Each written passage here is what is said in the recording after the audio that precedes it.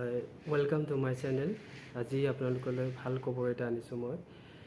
এইটো হৈছে ক্লাছ 9 আৰু 10 ষ্টুডেণ্টৰ কাৰণে স্পেচিয়েলি মেথামেটিক্স ছাবজেক্টটো। তাৰ MCQ ফৰ্মখিনি আৰু ডেছক্ৰিপটিভখিনি ছেপাৰেটলি এটা ভিডিঅ' বনাইছোঁ। তাৰ MCQ ফৰ্মখিনি কেনেকৈ কৰিব লাগে আৰু ডেছক্ৰিপটিভখিনি কেনেকৈ কৰিব লাগে। আৰু তাৰ মই অফলাইনতো ক্লাছ কৰোঁ আৰু মই যিমানখিনি মই আজিলৈকে এক্সপিৰিয়েঞ্চ হৈ গ'ল তাৰখিনি মই এটা বস্তু অনুভৱ কৰিলোঁ, মানে MCQ আৰু ডেছক্ৰিপ্টৰ মাজত বহুত ডিফাৰেঞ্চ আছে।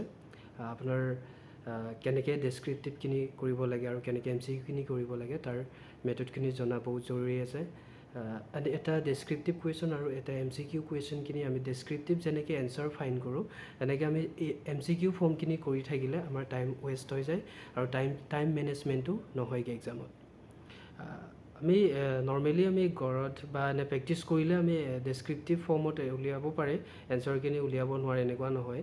আপোনাৰ শ্বৰ্ট ট্ৰিকখিনি কিয় জৰুৰী আছে, এক্সাম অৰিয়েণ্টেড বা এক্সাম পইণ্ট অফ ভিউত আপুনি চালে এক্সামত, কাৰণ আপোনাৰ উইদিন টাইমত কৰিবলগীয়া হয় আৰু ঘৰত থাকিলে ঘৰততো টাইমটো চোৱা নাযায়, যিমান পাৰে মানে দেৰি হ'লে এটা কুৱেশ্যন 20 মিনিটছটো হ'ব পাৰে আপোনাৰ ন' প্ৰব্লেম।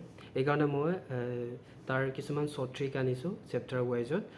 ফাৰ্ষ্টটোৰ পৰা এণ্ডিঙলৈকে, ফাৰ্ষ্ট চেপ্টাৰটোৰ পৰা লাষ্ট চেপ্টাৰটোলৈকে গোটেইখিনি চেপ্টাৰ ৱাইজত মই ফৰ্মুলা বেছ আৰু MCQখিনি তোমালোকলৈ ভালদৰে আৰু যিমানখিনি মই পাৰোঁ মানে গোটেইখিনি ট্ৰাই কৰিম বুজাবৰ কাৰণে। আৰু ভিডিঅ'খিনি চাই ভাল লাগিলে লাইক, কমেণ্ট, ছাবস্ক্ৰাইব কৰি দিব।